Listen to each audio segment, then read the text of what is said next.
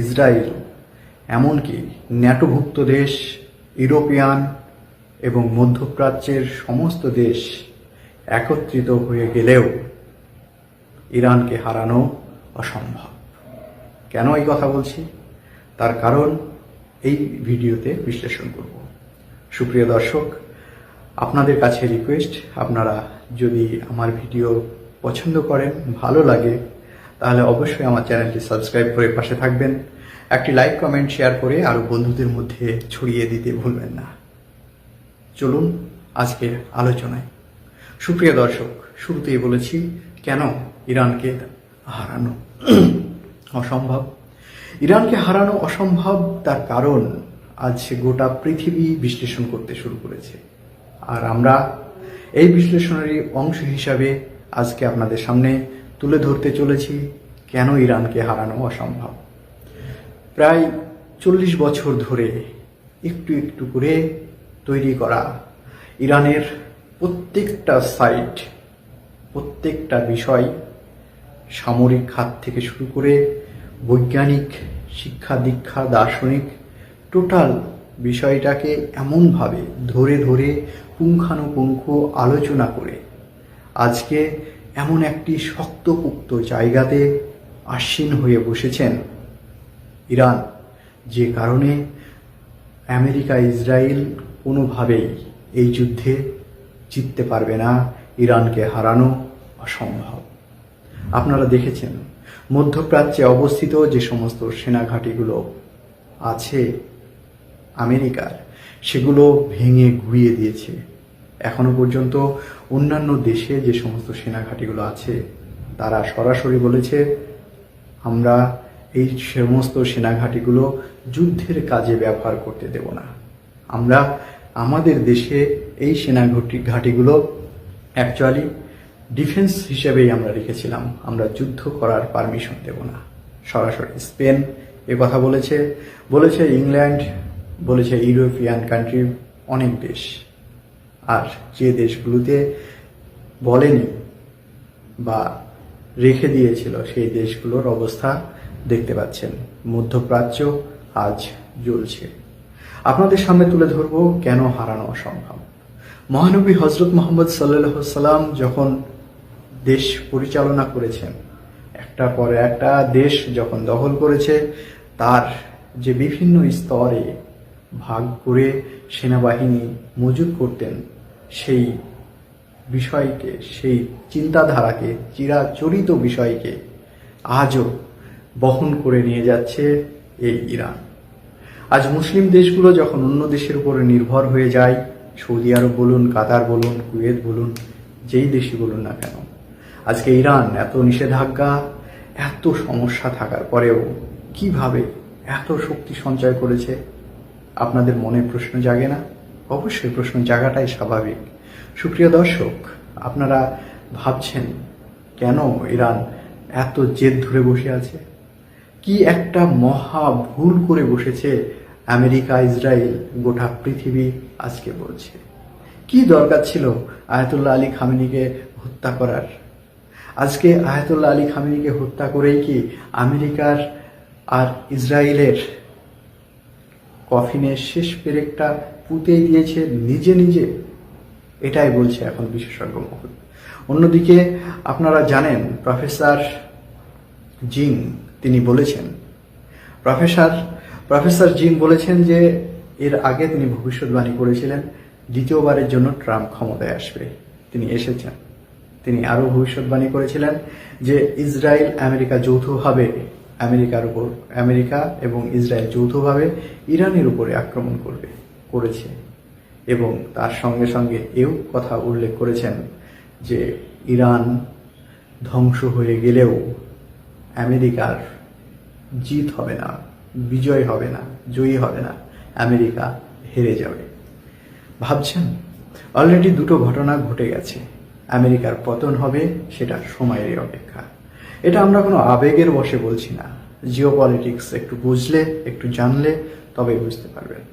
একটা মানুষ যখন কোনো একটা বিশেষ বিষয়কে টার্গেট করে একটু একটু করে জমিয়ে জমিয়ে সমস্যা সলিউশন করে জীবনের প্রত্যেকটা একটা ঘাত প্রতিঘাত পেরিয়ে যখন সে শক্ত একটা পূর্ণাঙ্গ মানুষে পরিণত হয়, সেই মানুষকে হারানো খুবই কঠিন।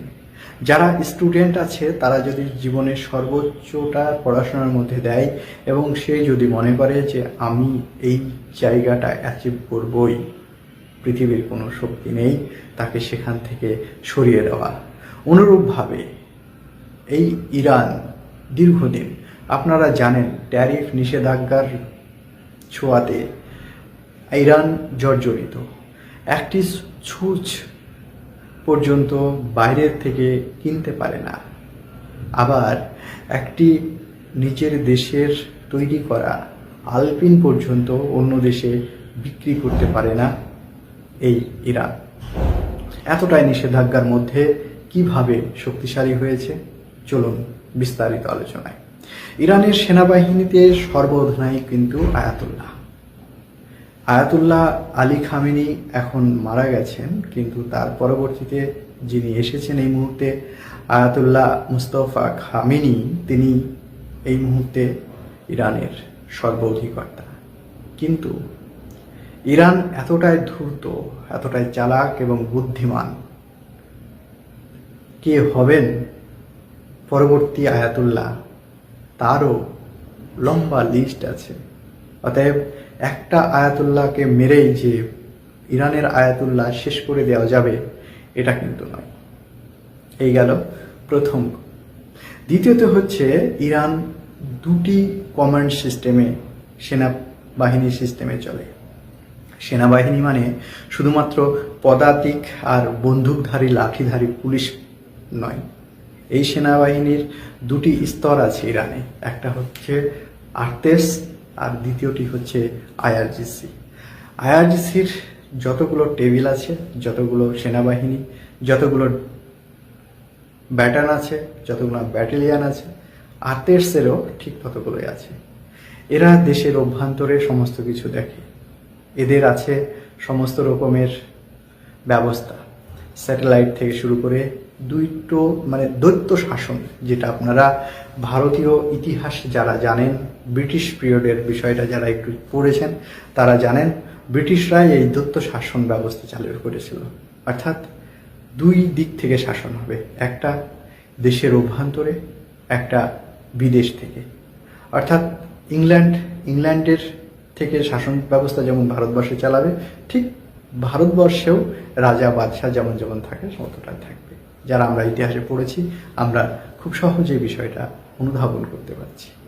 ঠিক একই রকম পরিকাঠামো শুরু করেছে ইরান।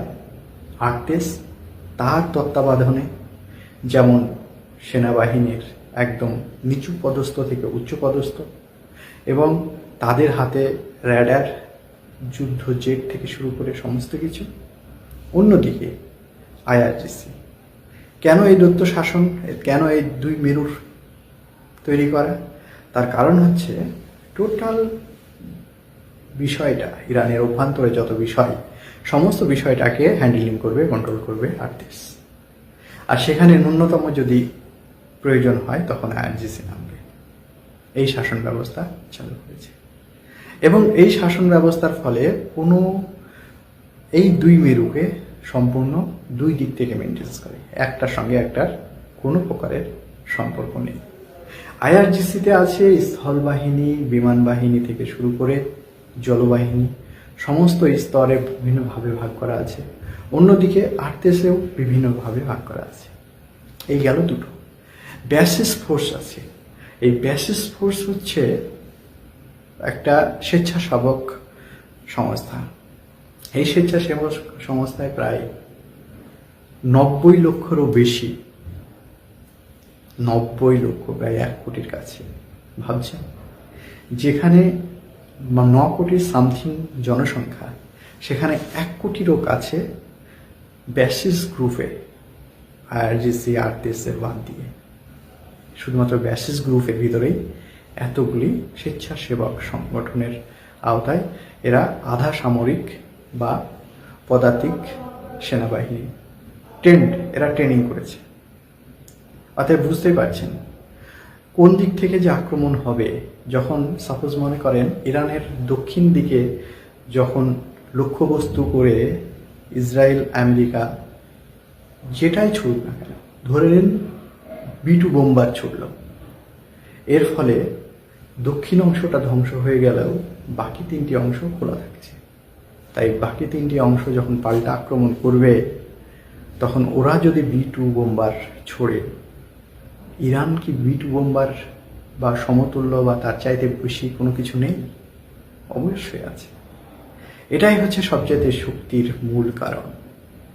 আর চারিদিক থেকে যদি আক্রমণ করে, উত্তর দক্ষিণ মানে 4 দিক থেকে যদি আক্রমণ করে, 4 দিক থেকে আক্রমণ করা কোনো দেশের পক্ষে সম্ভব নয়, 4টে দিক থেকেই একযোগে একসঙ্গে। কেননা তার যে পরিকাঠামো, তার যে সিস্টেম আমেরিকা এবং ইসরায়েলের, তাতে কোনোভাবেই সম্ভব নয়। দ্বিতীয়ত, যদি 4 দিক থেকে আক্রমণ করে, তাহলে পারমাণবিক বোমা নিক্ষেপ করতে হবে। এটা ইউনাইটেড নেশনের সম্পূর্ণ পরিপন্থী। স্বাভাবিকভাবেই ইরানকে একেবারে এক কোণ ঘেঁষে বা কোণঠাসা করে মেরে ফেলা সম্ভব নয়। এই গেল তৃতীয় পদক্ষেপ।